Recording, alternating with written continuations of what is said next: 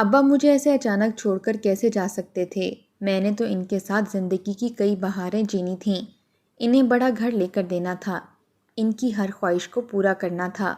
ان کے تو ہاتھوں پر بنے چھالے بھی ابھی تک ٹھیک نہیں ہوئے تھے۔ کتنی تکلیف میں وہ ہمارے لیے کما کر لایا کرتے تھے، مگر آج ایسے اچانک ان کی موت نے مجھے اور اماں کو توڑ کر رکھ دیا تھا۔ آج میرا پہلا سالانہ امتحان تھا۔ سوالیہ پرچے کو دیکھ کر چہرے پر خوشی سی چھا گئی، کیونکہ مجھے سارے سوالات ہی آتے تھے۔ میرا دھیان بے ساختہ اپنے ابا اور اماں کی جانب گیا۔ خوشی سے آنکھوں میں آنسو بھر آئے تھے۔ شدید گرمی تھی، کمرے میں 4 پنکھے چل رہے تھے، مگر اس کے باوجود وہ گرمی کا زور توڑنے میں ناکام تھے۔ جبکہ میرے ابا جو صبح سے لے کر شام تک کڑی دھوپ میں مزدوری کر کے جب شام کو گھر واپس لوٹا کرتے تھے، چہرے پر تھکاوٹ کے ساتھ ساتھ مسکان سجی ہوتی۔ میرے ہاتھ پر 50 روپیہ رکھ کر کہتے کہ اسے اپنی فیس کے پیسوں میں شامل کر دو، مہینے کے آخر تک تمہاری فیس بن جائے گی۔ میں جب ان سے پیسے لیتا تو دھیان ان کے ہاتھوں پر جاتا، جہاں کئی چھالے اور زخم بنے ہوتے۔ ابا کے ہاتھوں پر زخم دیکھ کر میں تڑپ سا جاتا اور فوراً ایک کپڑے کی مدد سے ان کے زخم صاف کرتے ہوئے رونے لگتا۔ وہ میرے سر پر بوسہ دے کر کہتے کہ بیٹا، میری محنت کی لاج رکھ لینا، بڑے ہو کر میرا بازو بننا۔ میں نہیں چاہتا کہ تم وہ سب تکالیفیں برداشت کرو جو کچھ میں کر رہا ہوں۔ اماں ابا نے مجھ سے کئی خواب وابستہ کر رکھے تھے، اور میں بھی دن رات محنت کر کے اچھے نمبروں سے پاس ہوتا چلا آ رہا تھا تاکہ اپنے ابا کا نام روشن کر سکوں۔ آج 7ویں جماعت کا میرا پہلا امتحان تھا۔ ابھی پہلے سوال کا جواب لکھا ہی تھا، میرا کوئی رشتہ دار مجھے اسکول سے چھٹی کروانے آ گیا۔ پہلے تو میں کچھ سمجھ نہ سکا، آخر وجہ کیا تھی؟ آج تو میرا سالانہ پیپر تھا۔ یوں ہی بے چین سا جب گھر کے دروازے پر پہنچا تو اندر کا منظر دیکھ کر میرے قدم وہی منجمد ہو گئے۔ گاؤں والے ہمارے گھر میں اکٹھے ہو چکے تھے۔ میری اماں چند عورتوں کے بیچ بیٹھی دھاڑے مار کر رو رہی تھی۔ میں یک ٹک سمجھنے کی کوشش میں لگا تھا کہ آخر ہوا کیا ہے۔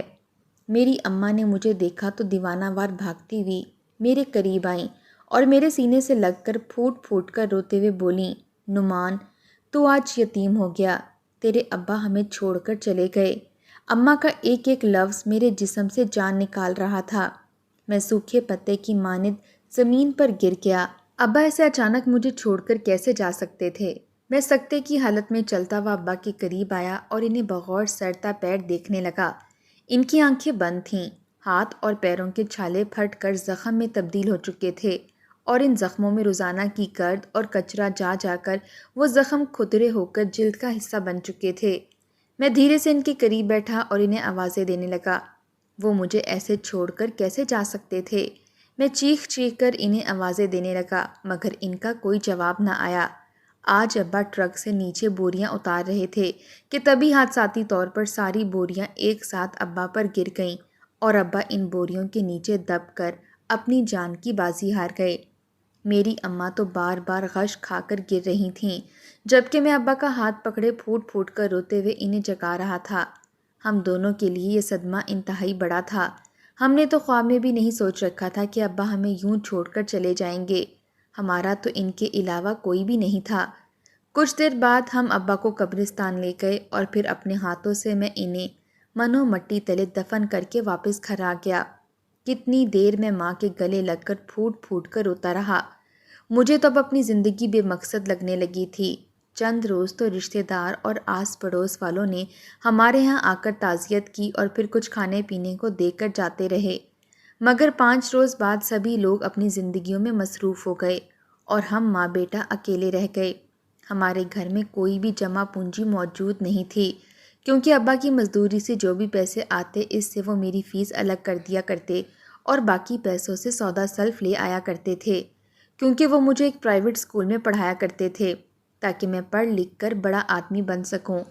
مگر ابا کے جانے کے بعد تو میرا پڑھائی سے بھی دل جیسے اٹھ چکا تھا۔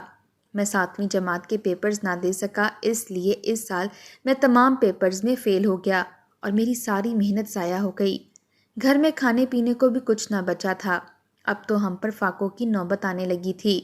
میری اماں کی طبیعت کچھ سنبھلی تو وہ مجھے کہنے لگیں کہ بیٹا، تم اب دوبارہ سے اسکول جانا شروع کر دو اور خوب محنت کر کے نمبر لے کر آنا، مگر میں اماں سے کہنے لگا کہ میں اب نہیں پڑھوں گا، بلکہ محنت مزدوری کر کے اپنا اور تمہارا پیٹ پالوں گا۔ اتنا سننا تھا کہ اماں نے میرے منہ پر ایک زناٹے دار تھپڑ مار دیا۔ وہ مجھے تھپڑ مار کر بولیں کہ خبردار جو ایسا سوچا بھی، تمہارا باپ اسی لیے محنت کرتے کرتے دنیا سے چلا گیا تاکہ وہ تمہیں سکون اور آرام کی زندگی دے سکے۔ کیا ہوا جو تمہارا باپ چلا گیا؟ تمہاری ماں تو ابھی زندہ ہے، میں کروں گی کام اور پیسے لا کر دوں گی تاکہ تمہاری فیس کی بھرپائی ہو سکے، مگر تم کوئی کام نہیں کرو گے اور صرف پڑھو گے، یہی تمہارے ابا کی خواہش تھی۔ اماں کے منہ سے جب یہ بات سنی تو میری آنکھوں میں آنسو آ گئے اور میں اماں کے گلے لگ کر پھوٹ پھوٹ کر رونے لگا۔ مجھے محنت کرنی تھی اور محنت کر کے اپنے ابا کا نام روشن کرنا تھا۔ یہ سوچتے ہوئے میں نے ایک بار پھر 7ویں جماعت میں دوبارہ داخلہ لے لیا اور پڑھنا شروع کر دیا، جبکہ میری ماں نے گاؤں کے بڑے گھروں میں جا کر نوکری کرنا شروع کر دی۔ اپنی اماں کو لوگوں کے گھروں میں کام کرتا دیکھ کر میں اندر ہی اندر کڑ کر رہ جاتا۔ مجھے بالکل بھی پسند نہیں تھا کہ لوگ میری اماں پر حکم چلائیں یا اپنے کام میری اماں سے کروائیں، مگر مجبوری تھی، میں کچھ کر بھی تو نہیں سکتا تھا۔ گاؤں میں کوئی بڑی شادی ہوتی تو میری اماں تو خوشی سے پھول ہی نہ سماتی تھیں۔ وہ خوشی خوشی وہاں چلی جایا کرتیں اور لوگوں کے جھوٹے برتن دھو کر چند پیسے گھر لے آتیں اور روتے ہوئے مسکرا کر پیسے میرے ہاتھ پر رکھ دیتیں اور کہتیں کہ اس بار تمہاری فیس کے پیسے جلد ہی پورے ہو چکے ہیں۔ میں جانتا تھا کہ اماں کے لیے یہ سب کرنا آسان نہیں تھا، مگر وہ میری خاطر سب سہ رہی تھیں۔ وقت کے ساتھ ساتھ میں بھی حقیقت کو مانتا چلا گیا اور اپنی عزت نفس کو ایک طرف رکھ کر اپنی ماں کا ہاتھ بٹانے لگا۔ جب بھی مجھے چھٹی ہوتی تو میں بھی اماں کے ساتھ لوگوں کے گھروں میں چلا جایا کرتا تھا اور کام کیا کرتا۔ جن گھروں میں میری اماں کام کیا کرتی تھیں وہاں کچھ میرے کلاس فیلو بھی موجود ہوا کرتے تھے جو مجھ سے اور میری ذہانت سے جلتے تھے۔ جب ان لوگوں کو معلوم ہوا کہ میں ایک نوکرانی کا بیٹا ہوں تو انہوں نے میرا خوب مذاق اڑایا۔ وہ اسکول میں بھی میرا خوب تماشا بنایا کرتے۔ میں اکثر تو رونے لگتا اور بعض دفعہ مشتعل ہو کر انہیں مارنے لگتا، مگر وہ تو بڑے گھروں کے بچے تھے، سر ہر بار مجھے ہی قصوروار ٹھہراتے تھے اور انہیں کوئی کچھ بھی نہ کہتا تھا۔ جب میری اتنی بے عزتی ہونے لگی تو میرا دل اچاٹ سا ہونے لگا اور میں سوچنے لگا کہ کاش میری ماں 2 جماعتیں پڑھی ہوتی تو آج کوئی اچھی عزت والی نوکری کر رہی ہوتی، جو گھر گھر جا کر برتن مانجنے سے تو اچھا ہی تھا۔ یہ سوچنا تھا کہ میں اب اماں سے تھوڑی بہت دوری اختیار کرنے لگا۔ میں نے اب گھر سے باہر اماں کے ساتھ جانا بھی ترک کر دیا، کیونکہ اگر ہمارے ساتھ جاتی تو گاؤں کا ہر شخص جانتا تھا کہ یہ گھروں میں جا کر نوکری کرتی ہے، جبکہ میں اپنے گاؤں کا سب سے لائق بچہ تھا اور یہ میری پہچان تھی۔ جیسے جیسے میں بڑی جماعتوں میں جانے لگا تو میری فیس اور خرچہ بھی بڑھنے لگا۔ میری اماں نے دن رات ایک کر کے محنت کرنا شروع کر دی اور پیسے لا کر میری پڑھائی کا خرچہ اٹھانے لگیں۔ یوں ہی وقت گزرتا چلا گیا اور میں پڑھ لکھ کر بینک میں ایک اچھی نوکری کرنے لگا۔ غربت کے سائے اب ہمارے سر سے چھوٹ چکے تھے، مگر اس کے باوجود آج بھی میں اپنی اماں کو اپنے ساتھ لے کر جانے سے کتراتا تھا، کیونکہ گاؤں والوں کی نظر میں وہ آج بھی ایک نوکرانی تھیں۔ وقت کے ساتھ ساتھ مجھ میں کافی حد تک تبدیلی آ چکی تھی۔ میں اب 7ویں جماعت والا نعمان نہیں رہا تھا۔ مجھے جب اچھی نوکری ملی اور میں زندگی میں کامیاب ہو گیا تو وہ دن میری اماں کے لیے عید سے کم نہ تھا۔ وہ خوشی سے مجھے ابا کی قبر پر لے گئیں اور روتے ہوئے کہنے لگیں کہ آج تمہارے ابا زندہ ہوتے تو بہت خوش ہوتے، خوشی سے جھوم اٹھتے، مگر اب ہم زیادہ تو کچھ نہیں مگر ان کے لیے فاتحہ پڑھ کر ان کی روح کو بخش ضرور سکتے ہیں۔ میری اماں میری کامیابی پر بہت خوش تھیں، مگر میں تو اب کچھ اور ہی سوچ رہا تھا۔ وہاں بینک میں میرے ساتھ ہی ایک لڑکی بھی جاب کیا کرتی تھی جس کا نام سہرش تھا۔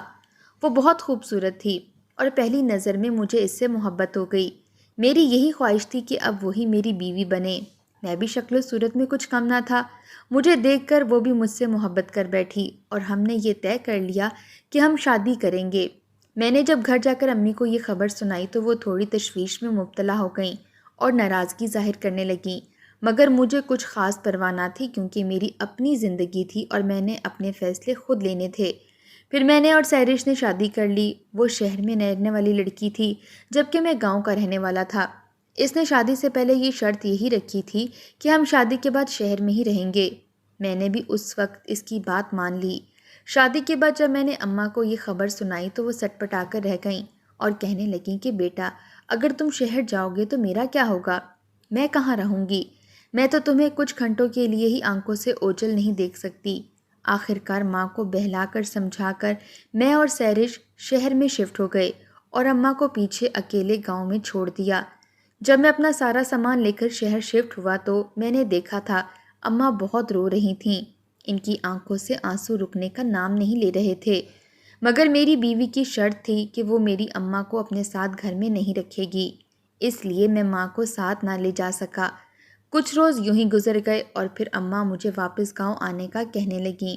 ان کا کہنا تھا کہ باپ کے بعد میں ان کا واحد سہارا ہوں، وہ مجھے دیکھے بغیر بالکل بھی زندہ نہیں رہ سکتی۔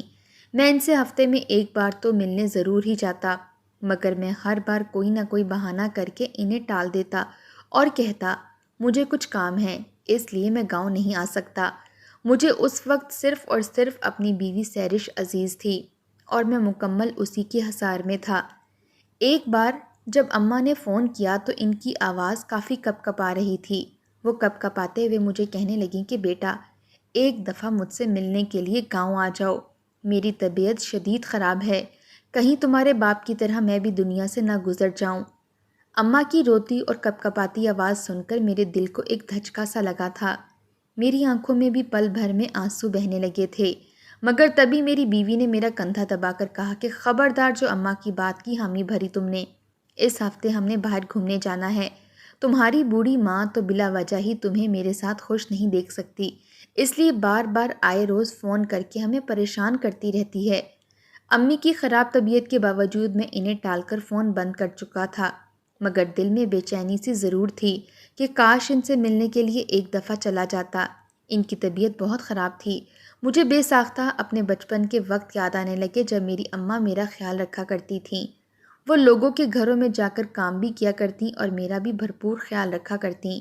آج ابا اور ان کی بدولت ہی تو میں یہاں پر موجود تھا، مگر اس کے باوجود نہ جانے کیوں کوئی ایسی چیز تھی جو مجھے ان کے پاس جانے سے روک رہی تھی۔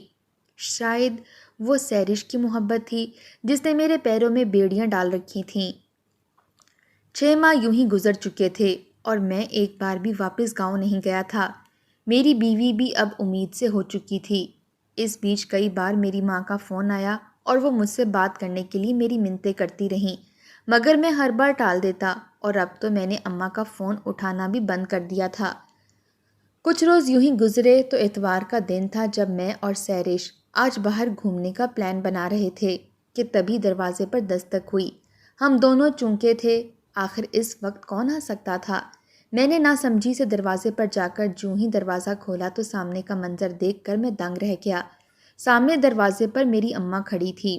چند ہی ماہ میں وہ کتنی کمزور ہو چکی تھی، پورا چہرہ جھریوں سے بھرا ہوا تھا، ان کی آنکھوں کے نیچے سیاہ ہلکے پڑے تھے، جبکہ ان کا وجود سوکھ کر تنکا ہو چکا تھا۔ میں تو ایک پل کو انہیں پہچان ہی نہ سکا تھا کہ یہ میری اماں ہے۔ مجھے دیکھتے ہی وہ میرے سینے سے لگ کر پھوٹ پھوٹ کر رونے لگیں اور کہنے لگیں کہ بیٹا تم تو اپنی ماں کو بھول ہی گئے ہو، مگر تمہاری ماں دن رات تمہیں یاد کر کے روتی رہتی ہے۔ میں نے ساری زندگی اس لیے تو تمہیں کما کر اس مقام تک نہیں پہنچایا تھا کہ تم مجھ سے دور ہو جاؤ۔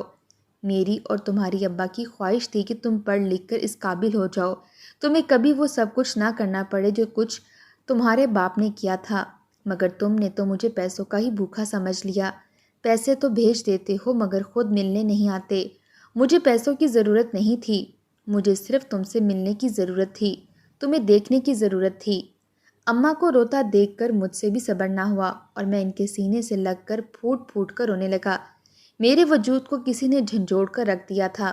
ان کے الفاظ نے تو گویا سیدھا میرے دل پر وار کیے تھے۔ میں اماں کے گلے لگ کر رونے لگا۔ میں نے جب انہیں گھر کے اندر لانا چاہا تو میری نظر اپنی بیوی پر پڑی جو منہ پھلائے ناگواری سے ہمیں ہی دیکھ رہی تھی۔ اسے میری اماں کا یہاں آنا بالکل بھی پسند نہیں آیا تھا۔ میں نے اماں کو کمرے میں بٹھایا تو میری بیوی مجھے لے گئی اور بلند آواز میں کہنے لگی کہ یہ عورت یہاں کیوں آئی ہے؟ اس کالونی میں اگر لوگوں کو پتہ چل گیا کہ میری ساس ایک نوکرانی ہے اور شادیوں پر لوگوں کے جھوٹے برتن مانجنے کا کام کرتی ہے تو سوچو کیا عزت رہ جائے گی ہم دونوں کی؟ بیوی کی بات سن کر مجھے بھی تھوڑا عجیب سا لگا، مگر میں اماں کو یہاں سے ایسے تو نہیں بھیج سکتا تھا۔ اس معاشرے میں ہماری ایک عزت تھی اور کسی کو بھی یہ معلوم نہیں تھا کہ میری اماں اور میرے ابا مزدوری کیا کرتے تھے۔ در حقیقت میں ان لوگوں میں سے ایک بن چکا تھا جنہیں اپنے والدین کے پیشے سے شرمندگی محسوس ہوتی تھی۔ شاید سب اس نوکری کا نتیجہ تھا جو مجھے آج میرے ماں باپ کی بدولت ملی تھی، مگر اس وقت تو مجھے ان کی قدر ہی نہ تھی۔ اس وقت میں نے بیوی سے کہا کہ اگر میں نے ان کو یہاں سے جانے کا کہا تو انہیں برا لگے گا، اس لیے تم ہی کچھ کرو۔ یہ سن کر میری بیوی خوش ہو گئی۔ اگلے روز صبح سویرے میری بیوی نے چلانا شروع کر دیا۔ میں نے جب جا کر دیکھا تو وہ میری اماں پر چیخ چلا رہی تھی۔ اس کے ہاتھ میں دودھ کا گلاس تھا اور وہ چلا کر کہنے لگی کہ تمہاری اماں نے اس میں کچھ ملایا ہے، یہ نہیں چاہتی کہ میں ماں بن سکوں، اس لیے یہ مجھے دوا ملا کر دودھ دے کر میرے بچے کو مارنا چاہتی ہے۔ میری اماں نے جب یہ سنا تو وہ سٹ پٹا اٹھیں اور اپنی صفائی پیش کرتے ہوئے کہنے لگیں کہ ایسا ہرگز نہیں ہے بیٹا، میں تو گاؤں سے اپنے ہاتھوں سے کچھ جڑی بوٹیوں کی دوا بنا کر لائی ہوں جس سے اس کی اور بچے کی صحت ہوگی، بھلا میں کیوں اس سے اور بچے کو مارنے کی کوشش کروں گی؟ میں تو اس کی دادی ہوں اور شاید ہی کوئی دادی اپنے بیٹے کی خوشیوں میں یوں آگ لگانے کی کوشش کرے گی۔ مگر مجھے اپنی اماں کی بات پر یقین نہ آیا۔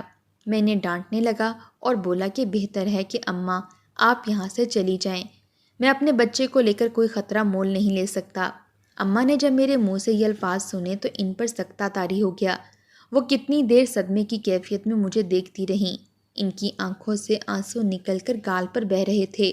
وہ کتنی دیر مجھے یوں ہی دیکھتی رہیں اور پھر کچن سے باہر چلی گئیں۔ مجھے کچھ ضروری کام تھا جو بینک کی طرف سے بھیجا گیا تھا، اس لیے میں اپنے لیپ ٹاپ پر کام میں مصروف ہو گیا۔ تبھی کچھ دیر بعد میری اماں کمرے سے باہر نکلیں، ان کی آنکھوں میں آنسو تھے۔ انہوں نے اپنے کپڑے پوٹلی میں اٹھا رکھے تھے اور وہ میری بیوی سے ملنے کی خاطر گئیں تو وہ ایک دم سے چیخ کر بولی کہ بڑھیا یقیناً تم ہمارے گھر سے کچھ قیمتی چیز چرا کر لے جا رہی ہوگی۔ میرے کمرے سے آج صبح ہی میرے سونے کا بریسلٹ گم ہوا ہے، یقیناً تمہاری اس پوٹلی میں ہوگا۔ میری اماں جو پہلے ہی صدمے سے دوچار تھی، وہ بہو کا یہ الزام سن کر مزید پریشان ہو گئی اور کہنے لگی کہ میں اپنے بیٹے کے گھر میں کیوں چوری کروں گی؟ مگر بیوی کو یقین نہ آیا، اس نے اماں پر چوری کا الزام لگا کر فوراً گھر سے نکال دیا۔ جبکہ میں لائیو میٹنگ سے فارغ ہو کر جب باہر آیا تو اماں وہاں سے جا چکی تھیں۔ صرف اتنا ہی نہیں، بیوی نے گرم چمٹا بھی غصے میں اماں کے ہاتھ پر لگا دیا تھا۔ میری اماں کو تو یہاں آئے ہوئے صرف 24 گھنٹے ہی ہوئے تھے کہ وہ اپنے بیٹے کے گھر سے یوں رخصت ہو چکی تھی۔ میں نے بیوی کو ایسا کرنے پر تھوڑا بہت ڈانٹا تو وہ مجھے اپنی باتوں میں بہلا کر چپ رہنے کا کہہ گئی۔ مجھے بھی اس وقت ان باتوں کی خاص پرواہ نہیں تھی، اس لیے اماں کو ان کے حال پر چھوڑ دیا اور اپنی زندگی میں مصروف ہو گیا۔ میری زندگی سے تو اماں نام کا چیپٹر کلوز ہی ہو چکا تھا۔ کئی سال بیت گئے اور میرا بیٹا بھی اب اسکول جانے والا ہو چکا تھا۔ اپنی اولاد کو جب اپنی نظروں کے سامنے دیکھا تو بے ساختہ مجھے اپنا بچپن یاد آنے لگا۔ ایک بے چینی تھی، مجھے ابا اماں کی شدید یاد آنے لگی اور ایک دم سے میرا دل مجھے لان تان کرنے لگا۔ میں نے اپنی اماں کے ساتھ بہت برا کیا تھا۔ مجھے اس وقت ضمیر نے جھنجھوڑا اور میں اپنی بیوی کو بلا کر اسے ڈانٹنے لگا اور پچھتاوے کا احساس دلاتے ہوئے بولا کہ یہ دنیا مکافات عمل ہے، جو آج کچھ ہم نے اپنی اماں کے ساتھ کیا، کل کو ہماری اولاد بھی ہمارے ساتھ یہی کرے گی۔ اب احساس ہو رہا ہے کہ چند سال پہلے میں نے اماں کے ساتھ بہت برا کیا تھا۔ میری بیوی بھی خاموشی سے سر جھکا گئی اور ہاں میں ہاں ملانے لگی۔ اس کا کہنا تھا کہ آپ صحیح کہتے ہیں نعمان، اب ہم جائیں گے اور اماں کو واپس یہاں لے کر آئیں گے۔ بس نادانی اور بے وقوفی تھی جو ہم نے ایسا کیا۔ اگلے ہی روز ہم واپس گاؤں گئے اور جا کر اپنے گھر کا بوسیدہ ٹوٹا پھوٹا دروازہ کھولا تو ہر سو کوڑے کرکٹ کے انبار لگے ہوئے تھے۔ جو ہی میں کمرے میں داخل ہوا تو سامنے کا منظر دیکھ کر میری جان نکل گئی۔ میں چیخ مار کر زمین پر گر گیا کیونکہ سامنے چارپائی پر میری اماں پڑی تھی۔ اماں نہ تھی بلکہ فقط اماں کے کپڑے ہی موجود تھے اور کپڑوں میں موجود ان کی چند ہڈیاں۔ وہ تو مر چکی تھی، اور کب مری تھیں یہ تو میں بھی نہیں جان سکتا تھا کیونکہ ان کے جسم سے گوشت کب کا ختم ہو چکا تھا، اب فقط ہڈیاں ہی بستر پر پڑی تھیں۔ میں نے جب منظر دیکھا تو اپنے بال نوچتے ہوئے میں چیخ کر رونے لگا اور ماں کو آوازیں دینے لگا۔ مجھے وہ 7ویں جماعت والا نعمان یاد آیا تھا جو بے بسی سے ابا کے پاس بیٹھا رو رہا تھا، جبکہ میری اماں تو میری ابا سے بھی زیادہ مظلوم ثابت ہوئی تھی۔ یہ تو اپنے بیٹے کے ہوتے ہوئے بھی کوئی خوشی نہ دیکھ سکیں۔ یہ تو عمر بھر کا پچھتاوا تھا۔ میں اماں کے بقیہ وجود کے پاس بیٹھا پھوٹ پھوٹ کر روتا، اپنے بال نوچتا تو کبھی دیوار میں اپنا سر مارتا رہ گیا۔ یہ پچھتاوا تو عمر بھر کا تھا۔